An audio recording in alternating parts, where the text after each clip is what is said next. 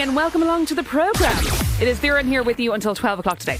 51552 to text, or you can WhatsApp 087 187 9200. It's Monday, it's the 8th of June. How are we feeling? Theron at rte.ie. Lots to come on the programme this morning. We're going to be talking about how to enjoy festivals the sustainable way with Fionnuala Moran. Our very own Afric will be here because she got to talk to the legend that is Katie Taylor on Friday. She's going to come in and tell us exactly what happened, what they chatted about and what we can look forward to. We'll also be hearing about some fascinating research into how our brains develop in those really early few days of infancy. And we'll find out about the GAA's move to accessible jersey colours. Some fascinating stats there that we're going to learn about. Loads to come on the programme. You had the better hold on to what you got. You had the better hold on to what you got. 'Cause if you think nobody wants it, just throw it away and you will see someone will have it before you can count.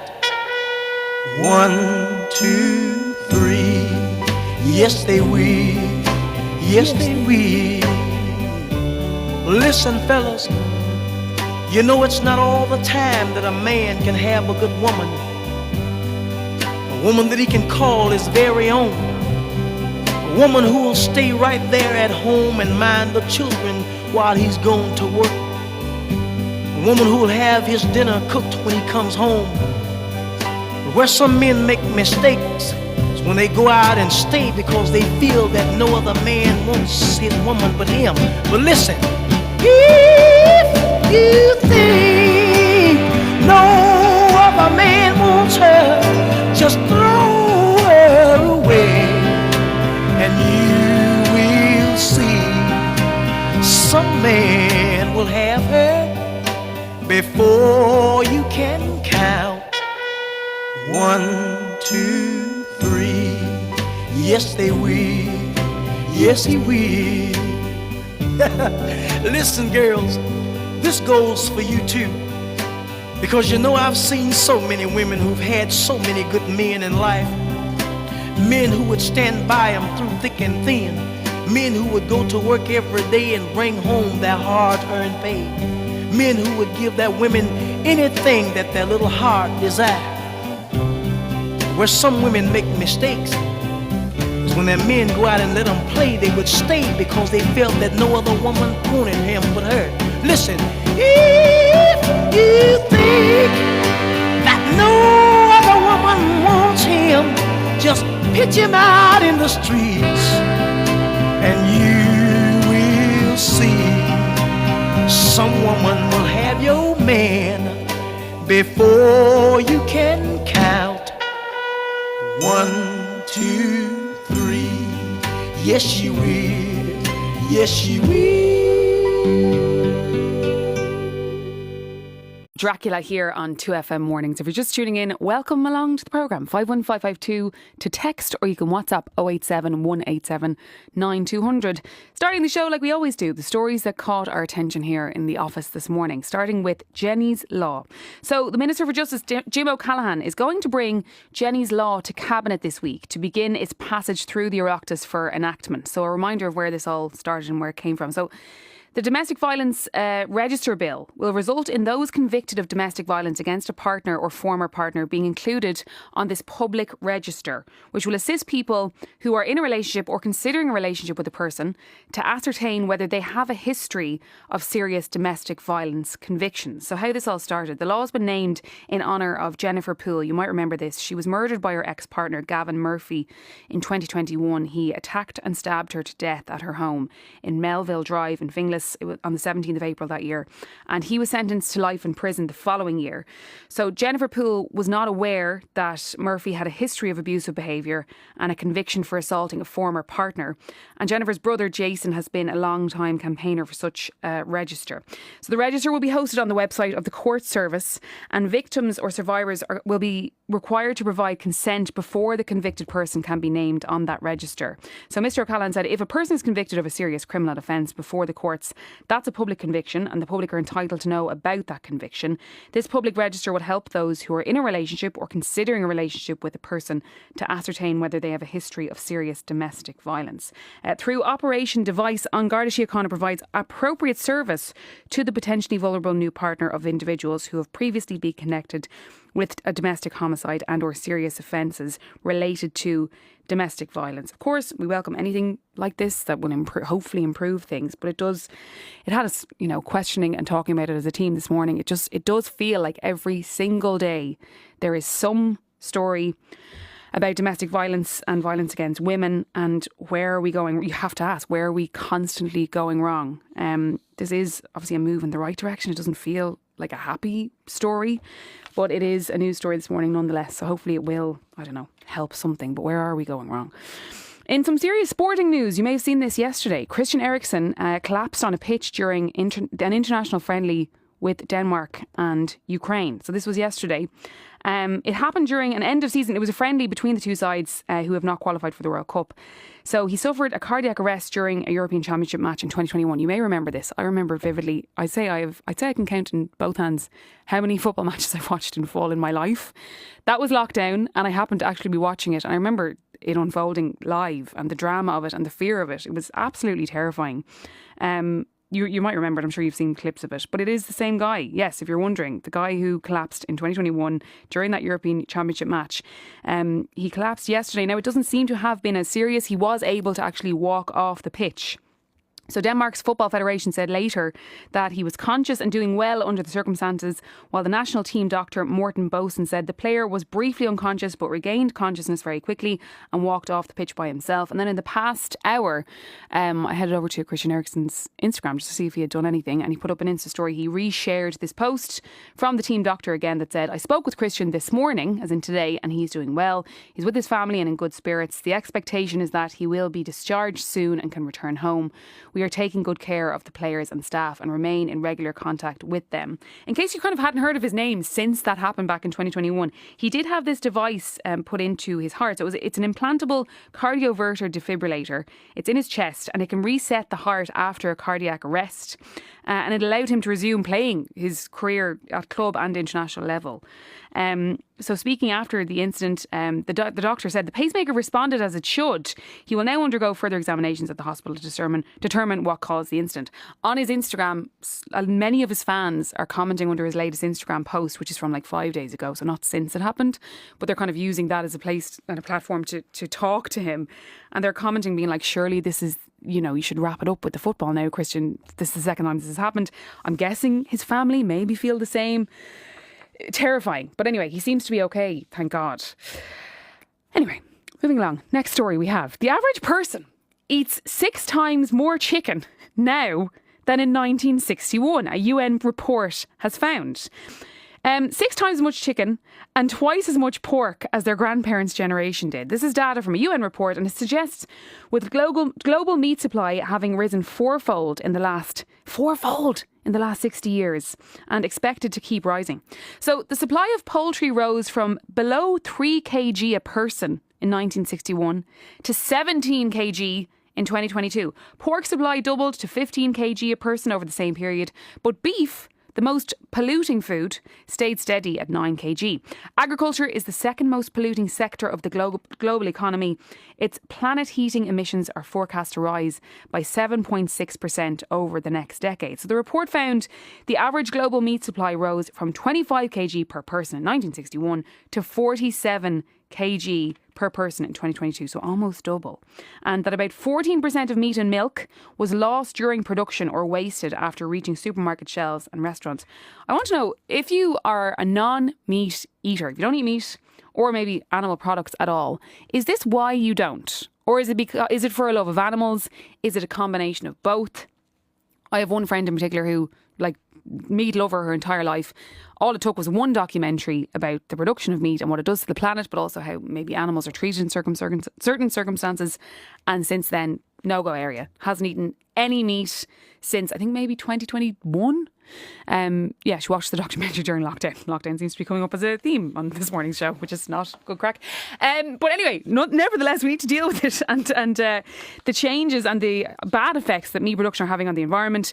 Are you plant-based? If so, is it because of the environment? Is it because of your love for animals? Is it a combination of both, or is it another reason? We want to know. 51552, or you can WhatsApp us 087 187 9200. Sticking with the environment, again, not the best crack, but we can't avoid it, lads. The Minister with responsibility for the circular economy has said he's working to roll out washing stations in garages and large coffee chains as part of efforts to encourage more people to use reusable cups. This seems like a complete no-brainer, and if I'm being totally honest, okay, we all try to do our bit here and there for the environment. Do I always use a keep cup? Absolutely not. What is one of the main reasons why I don't? Because generally it's rolling around the back of my car with coffee in it and milk would have been in it from 5 days ago, and I don't want to go near it. And I'm like, that's a next week problem. I don't want to go near that, and I certainly don't want to use it. That's probably the main reason why I don't use them as often as I should. I do try. This morning, for example, I brought my yogurt and my berries and my granola in my keep cup. Is that the same thing? Anyway, these wash stations, it seems like such a no-brainer for them to be in shops and coffee shops. Do you use a keep cup religiously? If so, like, how do you manage the washing? Do you just do it in a random bathroom as you go? Or will these wash stations really help? 51552 or WhatsApp 087 187 9200. Anyway, we welcome this rollout. So Minister of State Alan Dillon said he has instructed his officials to look at rolling out a pilot scheme. He said the move will be made in tandem with other measures to reduce the use of single-use coffee cups, including the rollout of the long-promised latte levy.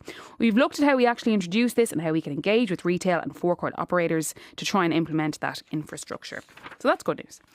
Gen Z are refusing to buy rounds at the pub to avoid hangovers. Now scientists say it really works. That's the real headline. Why did we need scientists to tell us this? Surely it's just kind of a no-brainer. Bit of common sense.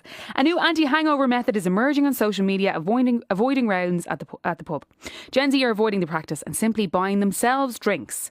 In response, one user on Reddit said, "I personally don't like to do rounds at the pub because I'm only going to have one or maybe two drinks max. So if there's more than a few of us, it suddenly becomes quite a steep option."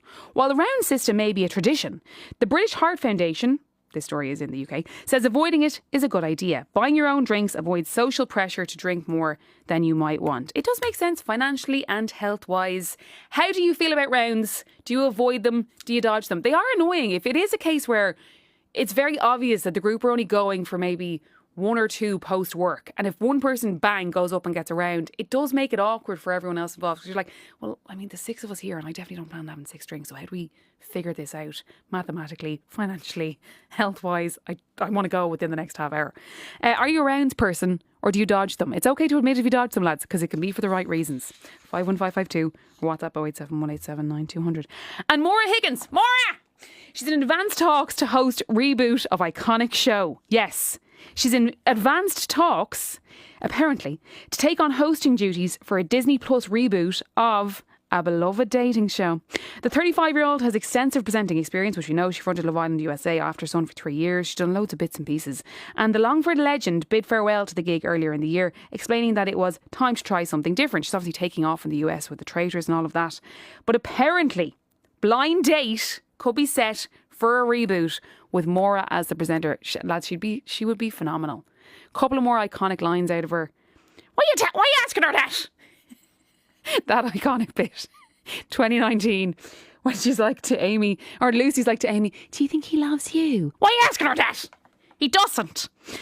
Channel 5 revived the show in 2017 to 2019 with Paul O'Grady at the helm, though it wasn't as successful. So will it be successful this time?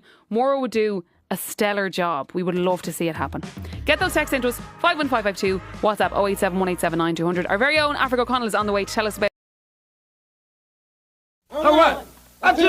A 1, 2, 3, 4. No more books and studies. Now I can stay out late with my buddies. I can do the things that I want to do. 'Cause all my exams are through. I can root for the Yankees from on the bleachers and don't have to worry about teachers. And I'm so glad that school is out. I could have sing and shout. School is out. Everybody gonna have some fun. Everybody gonna jump and run. Come on, people, don't you be late. I just got time to take my girl out on a date. School is out at last, and I'm so glad I passed. So everybody come and go with me. We're gonna have a night with Daddy G. I'm blow Daddy. That's great. Let's celebrate. I'm playing real good now. I do the color now. Oh yeah. The party's there.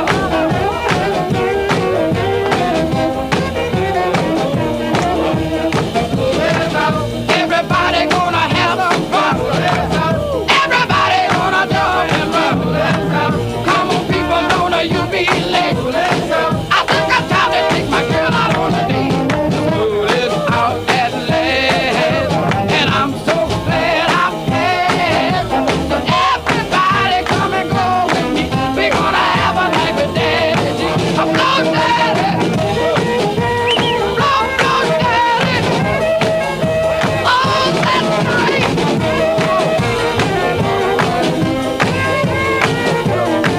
Oh, come on. Yeah. Oh, yeah.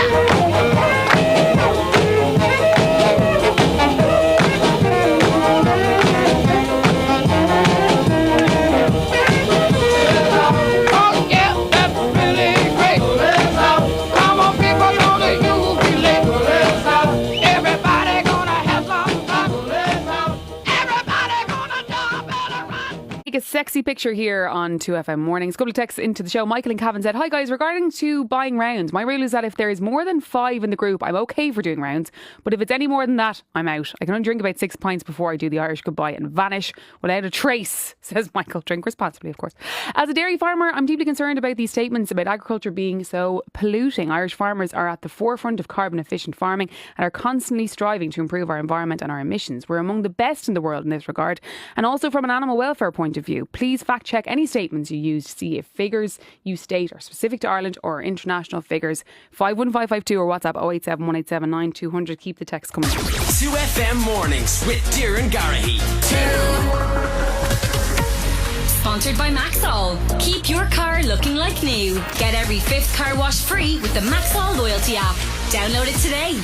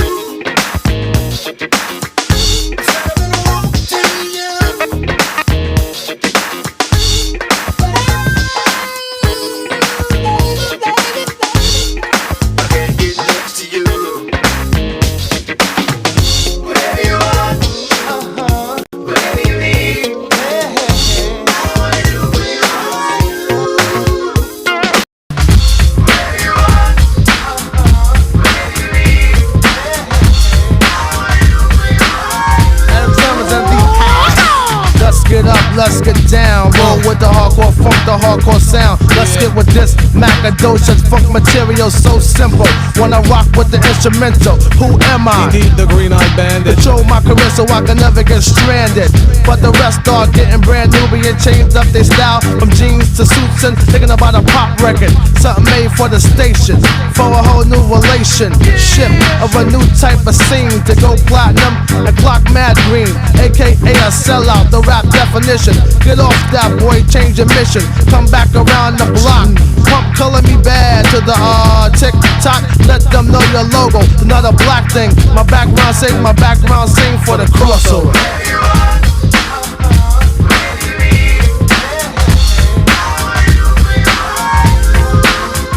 The crossover.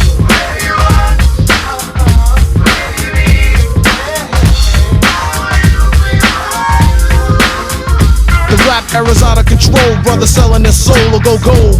Going gone, another rapper soul. To pop in R&B, not the MD. I'm strictly hip-hop, I stick to kick free. Funk mode, yeah kid, that's how the squad rolls. I know your head is bobbing, cause the neck knows. Like other rappers frontin' on their fans, they ill, trying to chill. Saying damn, it'll be great to sell a mill. That's when the mind switch to the pop tip. Kid, you gonna be large. Yeah right, that's what the company kicks. Forget the black crowd, you're whack now. In a zoot suit, frontin' black, looking mad foul. I speak for the hardcore, rough, rugged, and raw. I'm out of here, catch me chillin' on my next tour. From the US to the White Cliffs of Dover. Strictly underground funk, keep the crossover.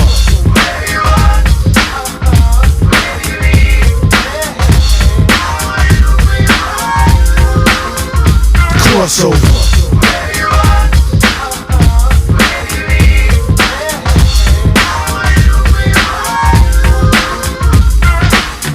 You wanna go pop, goes the weasel. You know you should be rocking the fans with something diesel. But you insist to piss me off black, so I flex the bicep so I can push them back. So real hardcore hip-hop continue records, and all sucker MCs duck down and get the message. So burn a crossover, yo, who's with me? Hit Squad, yeah, be hit me. Another mega blast, funky dope style from cross yonder. So help me wander, help me wander. From what? The crossover, yeah, crossing you over. Out of here, go in peace, nice to know ya. What a way to go out, no crowd is what the fans are shout. Cause she got gas, then took the wrong route. Came on the scene chillin', freaking a funky dope line. But when they finish with you, flatline. Some say there's no business like show business. But if this the truth, please explain why is this? Rappers been around long, making mad noise, you see. Still I haven't seen one rapper living comfortably. No time to pick and wish on the 4-leaf clover. I stick to underground, keep the crossover.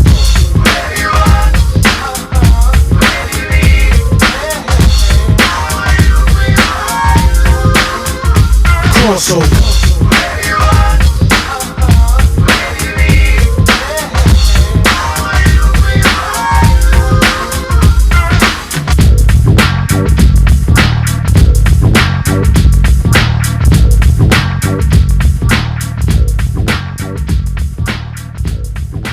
UFM Mornings. Now, on Friday, all eyes were on Croke Park as Katie Taylor made the announcement we were all waiting for on Saturday, September 5th. She will take on Flora Pilley in her career's farewell night. The announcement was made through a press conference, but once Katie finished on stage, our very own Africa Connell sat... Our very own Africa Connell sat down with her for a few minutes just to see how she was feeling. Africa, you are here with me in studio now, live.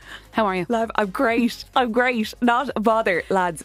I swear to God. Tell us. She is... I'd never met Katie Taylor before, right? It's like meeting the Pope or something. It's absolutely she's tiny.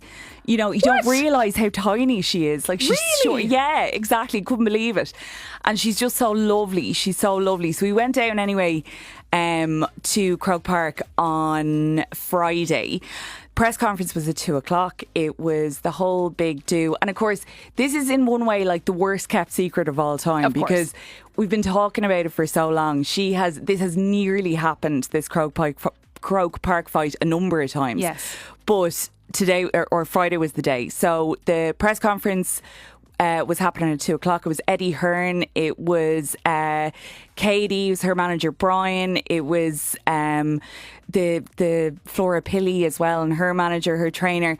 They were absolutely the whole thing was just. You could tell this is going to be huge, and they're expecting it to be huge, you know. The atmosphere was brilliant.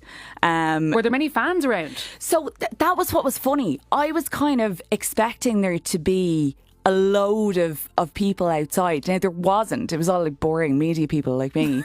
So... Just creeping with the microphone. Yeah, exactly. I really like going up to other media people going, Evans, how are you feeling? As you know. But no, it was brilliant. It was really, really good. I was expecting there to be people hanging around outside, but there wasn't. I don't know whether that was on purpose, if you know what I mean. But Katie was, so everybody does the big speech. Eddie Hearn talks about the fact that, you know, this has been such a long time coming, all this kind of stuff. And then we finally get to hear from Katie. And I don't know if she was overwhelmed or what, because she's always so level. She's on the same kind of wavelength all the time. I was going to ask that. Was she buzzing or was she kind of calm, as in like, this is exactly what should be happening? That's exactly what she's like. She's so disciplined, like in every sense. She's good at, you can tell by her. She says, you know, it's easy to get caught up in the excitement, but as far as she's concerned, she is so excited for it, but it's just the next fight. Yes. And that's how she's treating it. She's saying that, you know, that this is, until the fight's won, the thing's not done, you know. So she's amazing. She's really, really good. It was quite a long press conference, about 40 minutes. Okay. And then you got to sit down with her. I got to sit down with her, which was unbelievable. So the first thing I asked her, and obviously like she's talking to a million people as well all day, but the first thing I asked her was how she felt that this was finally in the ether, that this was out. I can't believe it, honestly. I was walking around the arena earlier on, and yesterday, and it's actually becoming a reality for me. This is actually happening. Seeing my posters around the place and the billboards, it's insane. This was basically an impossibility a few months ago, and I just got a phone call from Brian, my manager, a few days ago, saying all the contracts are signed, it's a done deal. I said, wow, I can't believe this, Brian. I know. And I have to thank him and Eddie for their tenacious work over these last few months as well, and getting this over the line, as well as Peter Aiken, Peter McKenna, all the other people who are involved as well. You know, thank God. So the woman is unrattleable. Like she really is. She's just unrattleable. Doesn't matter what the emotion is around her. She's thinking of this as a fight. I was watching her before, because she did a pitch walk and she was taking a lot of photos and all that kind of stuff. And I just asked her, like, something that a lot of people know it, but a lot of non-boxing fans mightn't know it, that she played soccer for Ireland at an international level. So I was interested in why Croke Park was such a thing for her and not, say, Lansdowne Road, which is the home of Irish soccer. So that was what we talked about next. It was Croke Park or not for me, and I said that to Eddie Hearn, even after the last fight, I said, if I don't get Croke Park, you'll never see me fighting again. We're done. We're done. And thank you so much for this amazing career. But the only thing that'll get me back into the ring is a Croke Park fight. And here we are. But there's so much history attached to this arena, isn't there? The heritage absolutely. And the culture, and we're just so proud of this arena. Yeah. And I'm so proud to be Irish. I carry the Irish so proudly, and every single time I step into the ring, I'm not just representing myself, but I'm representing my country as well. And to have that, then I'm fighting here in our most iconic arena.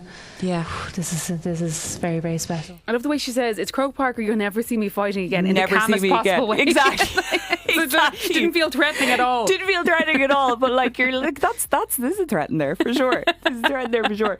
But she's like, that's exactly right, because she's really disciplined, and she's been at this since she was a kid, and you know, she had to pretend to be a boy to get fights because the women's sport wasn't sanctioned when she was starting out.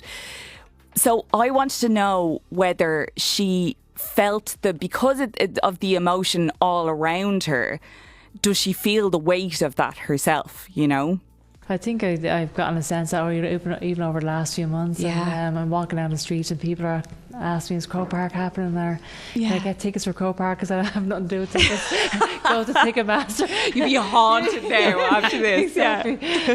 But it's been just you're really sensitive to buzz and the excitement around the place today. And absolutely. I'm just so grateful for that, really. So grateful for the support that people have shown me over these last few months, especially in terms of getting this over the line. Yeah. And the reason that, the big part of the reason why this has gotten over the line is because there's a huge appetite for it. People wanted it for me. Absolutely. And it's amazing. The demand for the tickets. The demand for the tickets is going to be something else. And also, Eddie Hearn was saying in the press conference, he was like, they haven't announced an undercard yet, but he keeps threatening to fight Dana White. So you might see that at some point or whatever. But they were also, Eddie Hearn was saying it's going to be like a day rather than, you know, it's going to be music and Yes. there's going to be all in this family tickets and all that kind of stuff. I asked her whether, because she has had some deadly walkout songs, like ring walk songs. And I asked her, she's a Christian, she's chosen kind of worship music and stuff like that before, but I was interested in whether she'd picked her walkout song. Yeah, somebody had asked me that the same question actually earlier on, because I have to actually start thinking about that. You All the do. details attached to this night. I haven't actually thought about that right now. Yeah. But You've other things to think about, in fairness. That's a big decision. In fairness, she did have other things to think about. Can you tell I'm not an elite athlete? So what song are you going to play when you walk out? What colour runners are you It's gonna wear? 100%. Making an absolute show of myself. But It's a big deal. It's a big deal. Yeah. I want to hear, because that's where we get the buzz. Do you know what I mean? Yeah. Finally, I wanted to ask her, because it was one of those things as well. Obviously, the press conference and stuff, it's all about Katie, like, and her coming back, and you know, this huge thing. Like the last boxing match in Croke Park was Muhammad Ali in the 70s. So it's mad. So this, you know, the whole weight of that and everything, the opponent kind of gets forgotten a little bit. But she is no joke, Flora Pilley. So I wanted to ask Katie. Katie had said, I don't want to go out in my final fight on a walkover. I want a challenge. So I asked her about that. she's an undefeated fighter. She's she's a young, hungry fighter. Yeah. I have a chance to become a 3-time undisputed champion. Absolutely. And for this fight to happen, I wanted a real fight. I wanted a fight that involved real risk. Yes. That gave me the drive and the hunger for it. And we have that in Flora Pilley. Absolutely. And I'm going to have to be my very, very best to win this fight. So it's that's what we want as well. Exactly. You know. Exactly. She was real strong on that she was like, I'm not going out on something that I'll easily win here. She still wants the fight. She still, you know, absolutely wants to be the best she ever was. Does she have a real superstar aura? She does, actually. Yeah. Yeah, she does. She's a real kind of, like, she's very calm. Do you know what I mean? Yeah. She doesn't, and like, she wears the whole thing very lightly. She's not sort of, you know, there's not a huge entourage or anything like that. It's good. She's still very much Grounded. Of this. Exactly, Yeah. exactly. But it was a pleasure to meet her. It really was, and I can't wait to see how this goes. It's So gonna be excited. unbelievable. It's the 5th of September in Croke Park. Katie Taylor, Flora Pilley. Tickets go on sale for the fight this Friday, the 12th of June at 9 a.m. But in some very exciting news. Thank you, Afric. 2FM getting you into the biggest gigs.